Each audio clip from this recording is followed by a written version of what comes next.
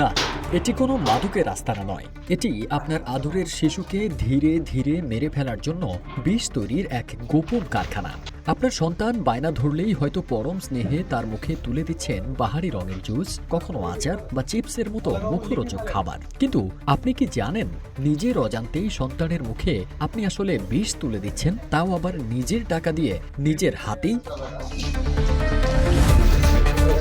জালিয়াতির সব আয়োজনই আছে এখানে।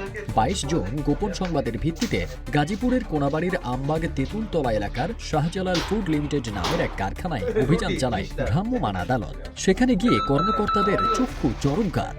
মানবদেহের জন্য মারাত্মক ক্ষতিকর রাসায়নিক ও অস্বাস্থ্যকর উপাদান দিয়ে ডেজার্টসে তৈরি করা হচ্ছিল শিশুদের। আপনার সন্তানের মুখে বিষ তুলে দেওয়ার এই গোপন কারখানায় হানা দিয়ে প্রায় 600 লিটার ভেজাল জুস জব্দ ও ধ্বংস করা হয়। এ অপরাধে প্রতিষ্ঠানটিকে 1 লাখ টাকা জরিমানা ও কারখানার মালিক সাদিক আলীকে 15 দিনের বিনাশ্রম কারাদণ্ড দেন ভ্রাম্যমাণ আদালত। অভিযানে অংশ নেন জাতীয় ভোক্তা অধিকার সংরক্ষণ অধিদপ্তর, এনএসআই এবং আইন শৃঙ্খলা বাহিনীর সদস্যরা।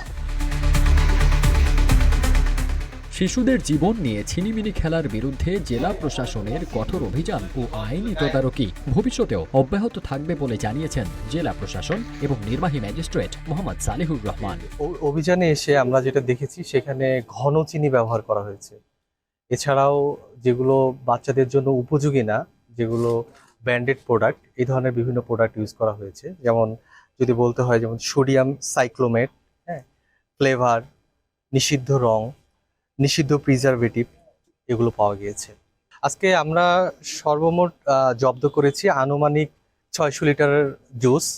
সেখানে লিচু জুস যেটা বলা হচ্ছে, সেটা আমরা প্রায় 600 লিটার জব্দ করেছি এবং দেখতে পাচ্ছেন যেগুলো বিনষ্ট করা হয়েছে।